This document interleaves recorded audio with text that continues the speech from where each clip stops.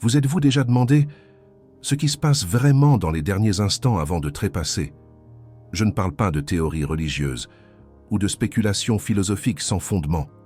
Je parle de ce que la science a fini par enregistrer et de ce qu'Osho enseignait depuis des décennies, avant même que la science ne s'en mêle.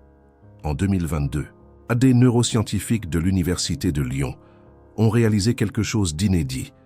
Ils ont enregistré l'activité cérébrale d'un être humain au moment précis de sa mort, et ce qu'ils ont découvert a bouleversé tout ce que l'on croyait savoir sur le fait de mourir. Mais avant de vous révéler cette découverte stupéfiante, je dois vous raconter ce qu'Osho disait de la mort. Car lorsque vous comparerez les deux, vous réaliserez qu'il savait quelque chose que la science commence à peine à entrevoir. Osho affirmait que la religion est l'art de mourir consciemment. Il disait que c'est la science qui permet d'entrer dans la mort avec une compréhension et une conscience totale. Et il allait encore plus loin. Il disait que la mort disparaît à jamais pour la personne qui y entre consciemment, car en mourant consciemment, elle sait qu'elle ne meurt pas vraiment. Ce qui meurt, c'est seulement le corps, rien de plus qu'abandonné de vieux vêtements. Mais la flamme intérieure de la conscience continue de briller, même dans la mort. Pas même la tempête de la mort ne peut l'éteindre. Comprenez-vous la profondeur de ces paroles? La plupart des gens vont mourir sans jamais expérimenter cet instant. Ils vont passer à côté de l'expérience la plus importante de leur vie. Et il y a une raison très précise à cela. Osho expliquait que juste avant de mourir, les gens deviennent inconscients et entrent dans le coma. Les chirurgiens ont découvert récemment que devenir inconscient est une façon d'éviter de ressentir une douleur intense. Mais la nature l'a toujours su. L'esprit bascule dans l'inconscience à cause de la peur et de la douleur de la mort. Souvent, nous mourrons inconscients.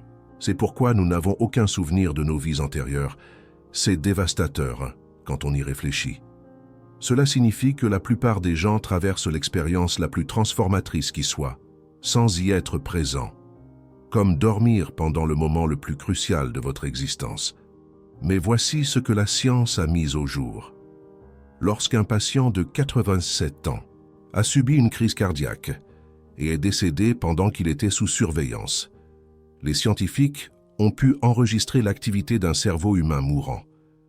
Pour la première fois de l'histoire, le chef de la recherche, le docteur Zemar, a expliqué qu'ils avaient mesuré 900 secondes d'activité cérébrale autour du moment de la mort, en se concentrant plus particulièrement sur ce qui s'est passé dans les 30 secondes avant et après. Et qu'ont-ils découvert? Quelques secondes après le retrait des ventilateurs, le cerveau des deux patients s'est soudainement illuminé, avec une explosion d'activité neuronale. Des schémas à haute fréquence, appelés ondes gamma, se sont poursuivis pendant que le cœur cessait de battre. Des ondes gamma. Savez-vous ce que représentent les ondes gamma? Ce sont les mêmes ondes cérébrales qui apparaissent pendant les rêves lucides, pendant la récupération de souvenirs, pendant la méditation profonde, pendant les expériences mystiques.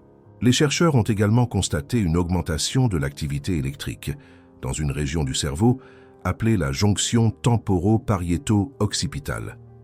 Cette région est impliquée dans la conscience et est activée pendant les rêves, les convulsions et les hallucinations hors du corps. L'explosion d'activité cérébrale est considérée comme faisant partie d'un mode de survie dans lequel le cerveau entre lorsqu'il est privé d'oxygène. Mais le docteur Zemar a émis une hypothèse beaucoup plus profonde. Il a dit qu'en générant des oscillations impliquées dans la récupération de souvenirs, le cerveau pourrait être en train de rejouer un dernier rappel d'événements importants de la vie, juste avant de mourir, similaire à ce qui est rapporté dans les expériences de mort imminente. Réalisez-vous ce que cela signifie? Votre cerveau, dans vos derniers instants, est littéralement en train de rejouer votre vie, pas comme un film qui défile rapidement, mais comme une expérience complète, revécue, ressentie à nouveau. Une expérience antérieure sur des rats a montré exactement le même type d'oscillation dans les 30 secondes précédant la mort. Il est donc possible qu'il existe un mécanisme neurologique, préservé à travers l'évolution, toujours présent chez les êtres humains, spécifique au moment avant et après la mort. Et c'est ce qu'Osho savait. Il n'avait pas les instruments scientifiques, mais il avait l'expérience directe, la méditation profonde, le contact avec des maîtres illuminés qui sont morts consciemment. Osho disait que si vous avez vécu pleinement, moment après moment, votre mort sera l'orgasme ultime. L'orgasme ultime. Ce sont ces mots.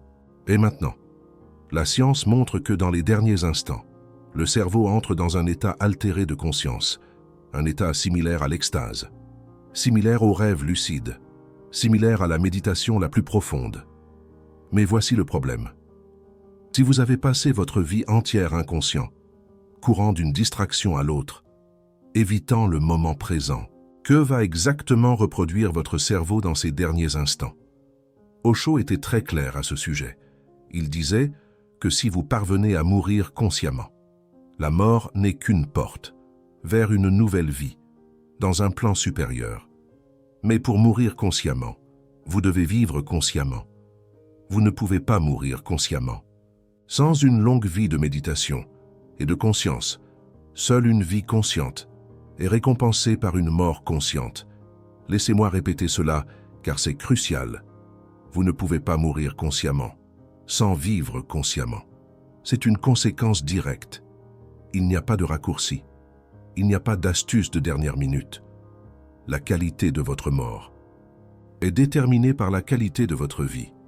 Et la plupart des gens vivent en pilote automatique, réagissant, se plaignant, remplissant chaque seconde de distraction, ne s'arrêtant jamais pour être vraiment présent.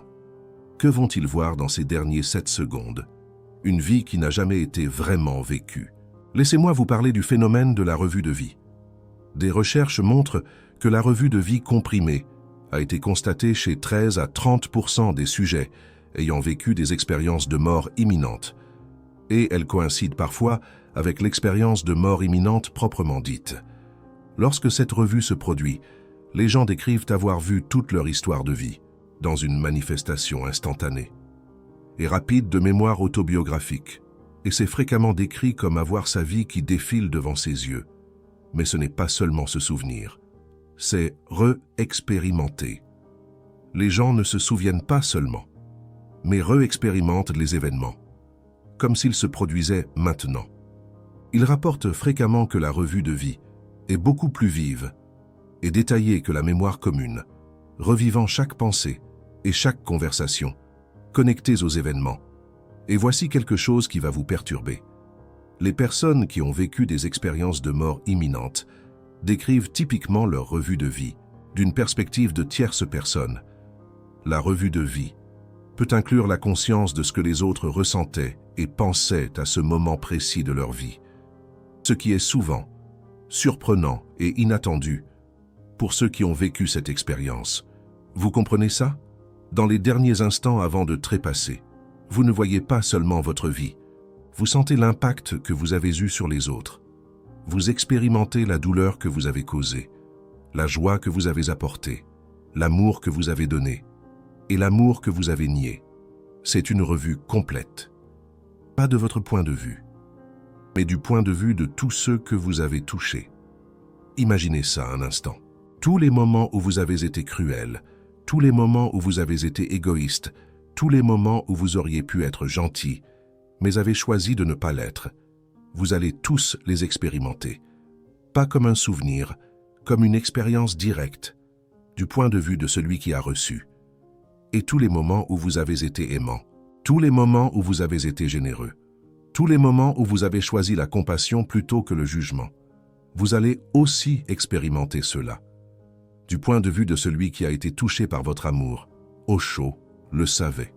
Il disait que la mort n'est pas la fin, mais le propre crescendo de la vie, le propre climax.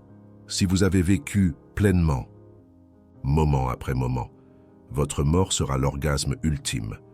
Si vous avez vécu pleinement, c'est ça, la condition. Pas si vous avez accumulé de l'argent, pas si vous avez acquis un statut, pas si vous avez réussi, selon les critères de la société. Si vous avez vécu pleinement, et vivre pleinement, ça signifie être présent, ça signifie être conscient, ça signifie ne pas gaspiller de moments, avec des regrets du passé ou de l'anxiété concernant le futur. Laissez-moi vous expliquer pourquoi la plupart des gens meurent inconscients. Osho disait que les personnes qui ont vécu dans une profonde inconscience vont mourir dans une profonde inconscience. La mort va vous donner seulement ce que vous avez vécu. Toute votre vie, c'est l'essence de toute votre vie. Si votre vie a été de méditation, de conscience et de témoignage, vous serez capable de témoigner de la mort aussi. Témoigner de la mort, ne pas souffrir la mort, ne pas craindre la mort. Témoigner, être l'observateur, être présent, conscient, alerte. Et c'est possible, parce que la conscience ne meurt pas. Ce qui meurt, c'est le corps. Ce qui meurt, c'est l'esprit. Mais la conscience qui observe, le corps et l'esprit, elle continue.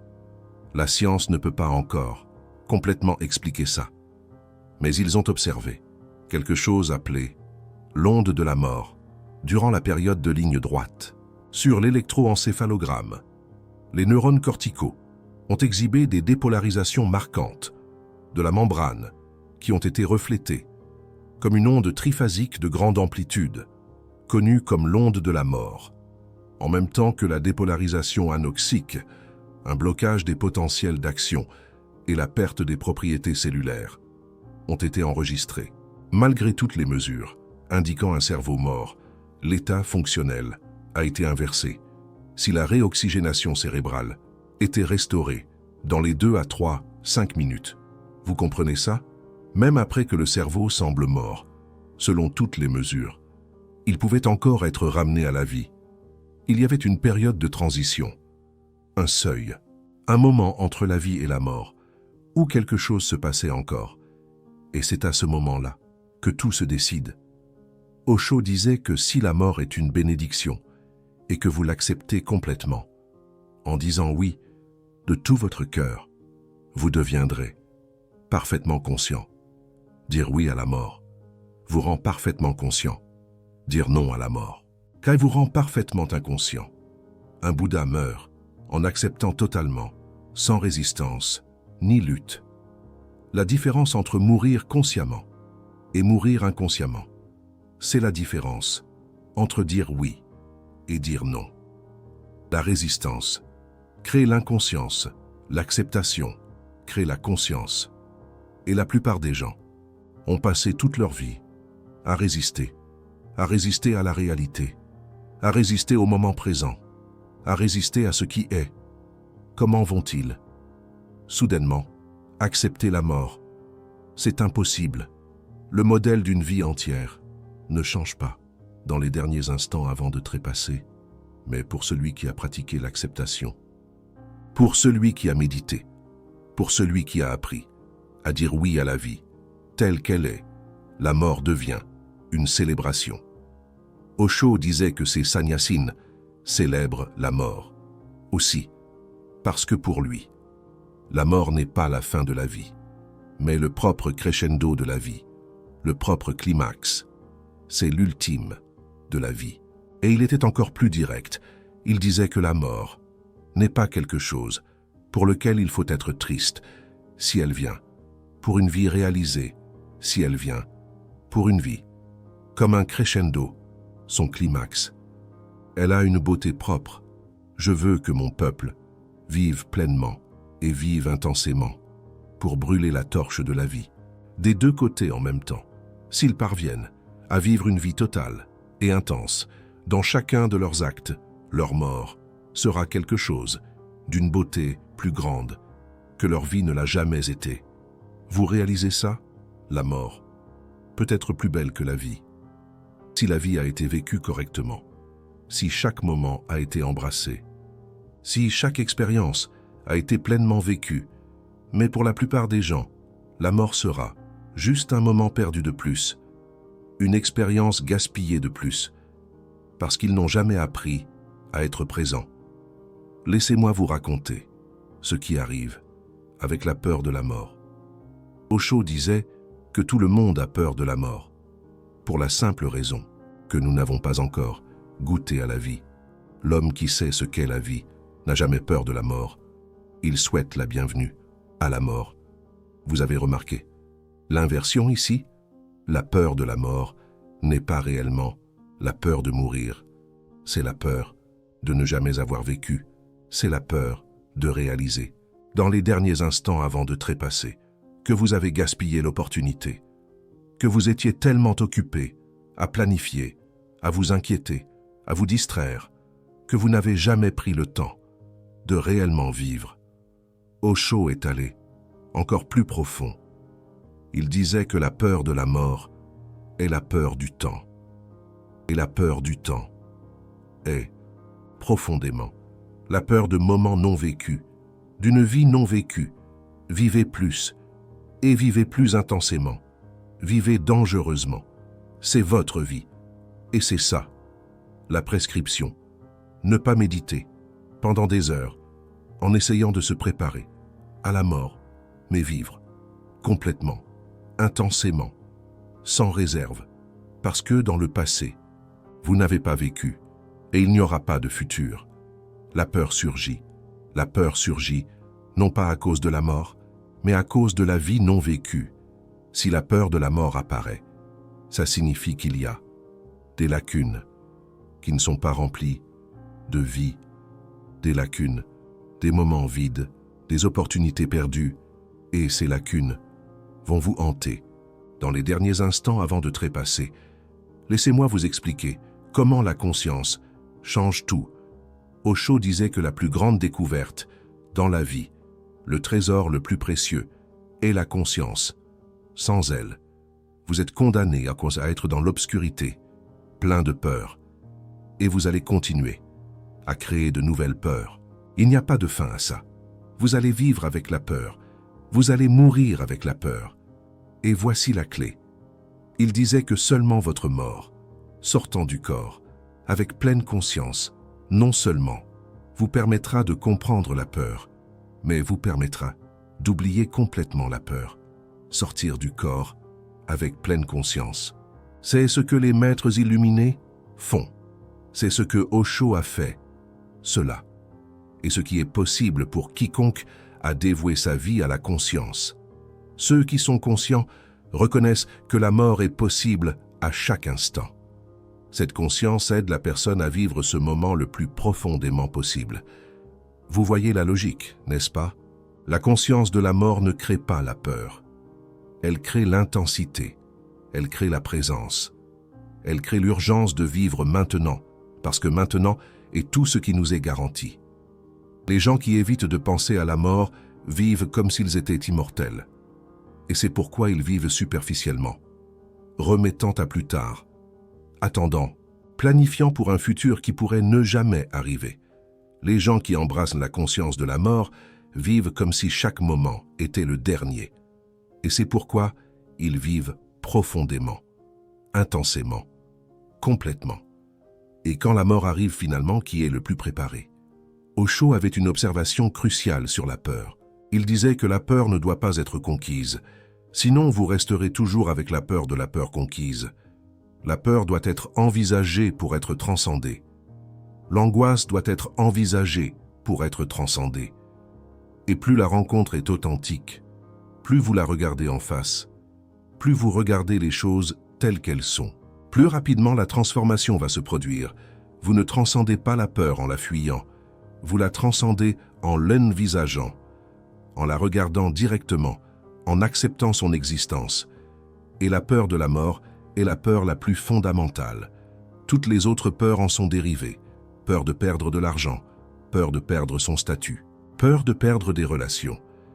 Toutes sont des formes déguisées de la peur de perdre l'existence. Quand vous envisagez la peur de la mort, directement, toutes les autres peurs commencent à se dissoudre, parce que vous réalisez que vous avez déjà affronté le pire.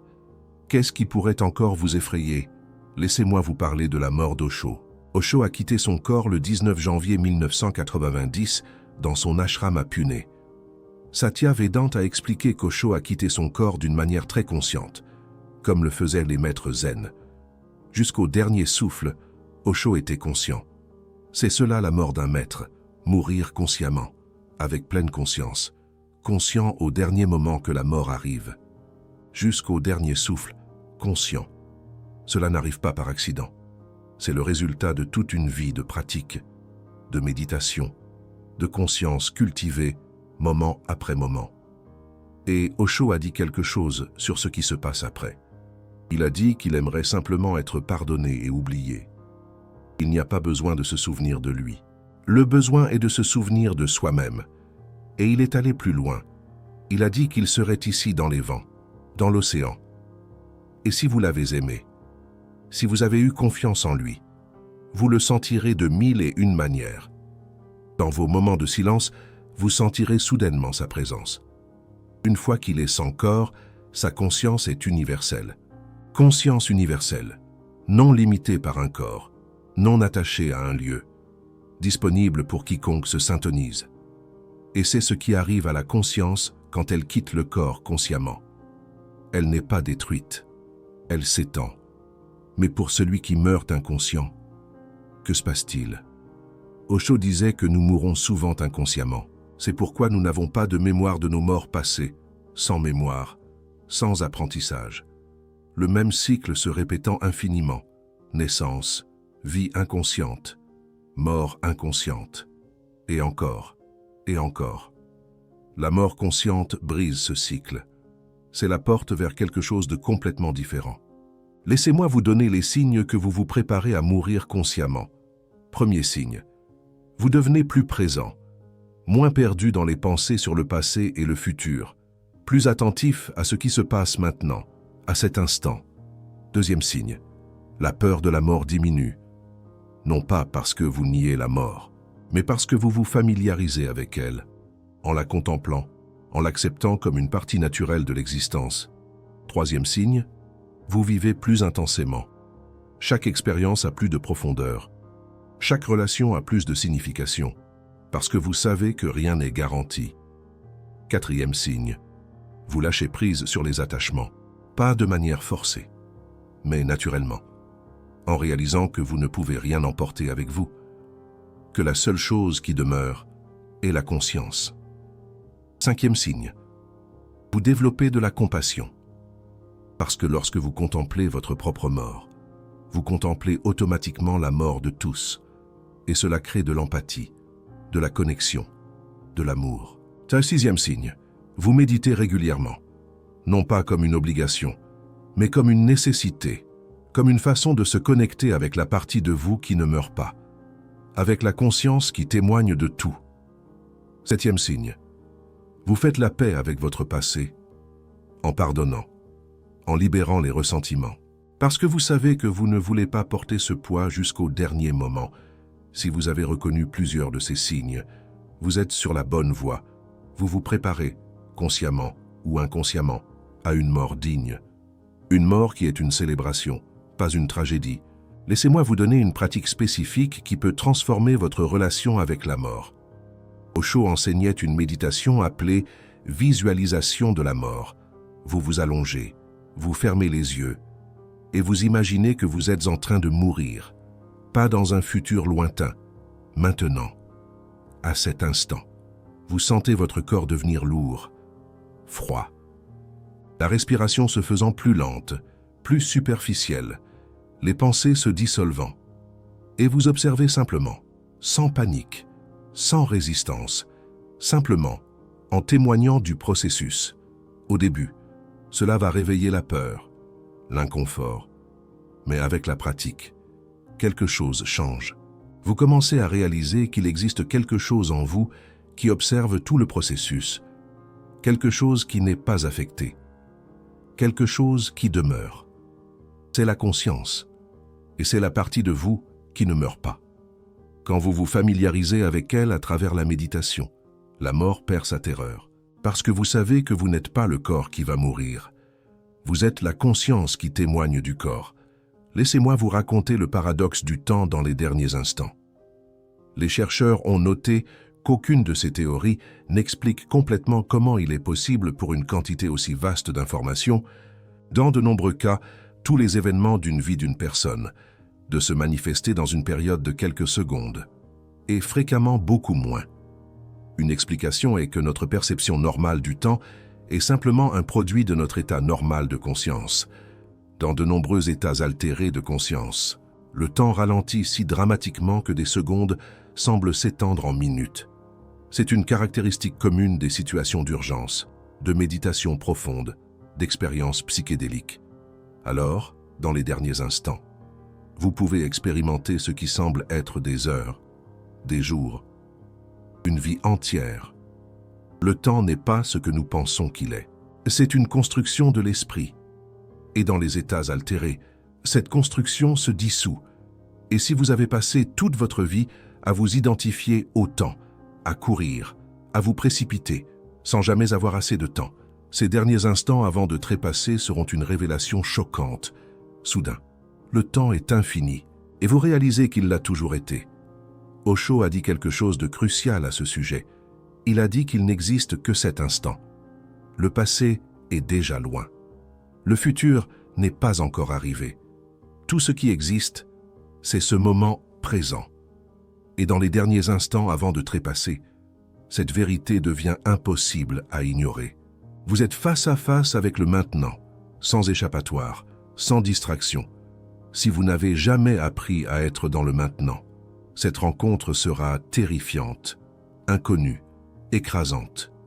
Si vous avez passé votre vie à pratiquer la présence, cette rencontre sera familière, accueillante, libératrice. Laissez-moi terminer avec la question la plus importante. Que voulez-vous voir dans ces derniers septésecondes? Parce que la réponse à cette question détermine comment vous devez vivre maintenant. Si vous voulez voir une vie d'amour, commencez à aimer maintenant, pas demain, maintenant. Si vous voulez voir une vie de présence, commencez à être présent maintenant. Quand les conditions seront parfaites. Maintenant, si vous voulez voir une vie de courage, commencez à être courageux maintenant, pas quand la peur disparaîtra. Maintenant, si vous voulez voir une vie d'authenticité, commencez à être authentique maintenant, pas quand ce sera sûr. Maintenant. Les derniers septésecondes sont un miroir. Ils vont refléter exactement ce que vous avez vécu, pas ce que vous avez planifié de vivre, pas ce que vous aviez l'intention de faire, ce que vous avez réellement fait, qui vous avez réellement été. Et Osho avait raison, si vous avez vécu totalement.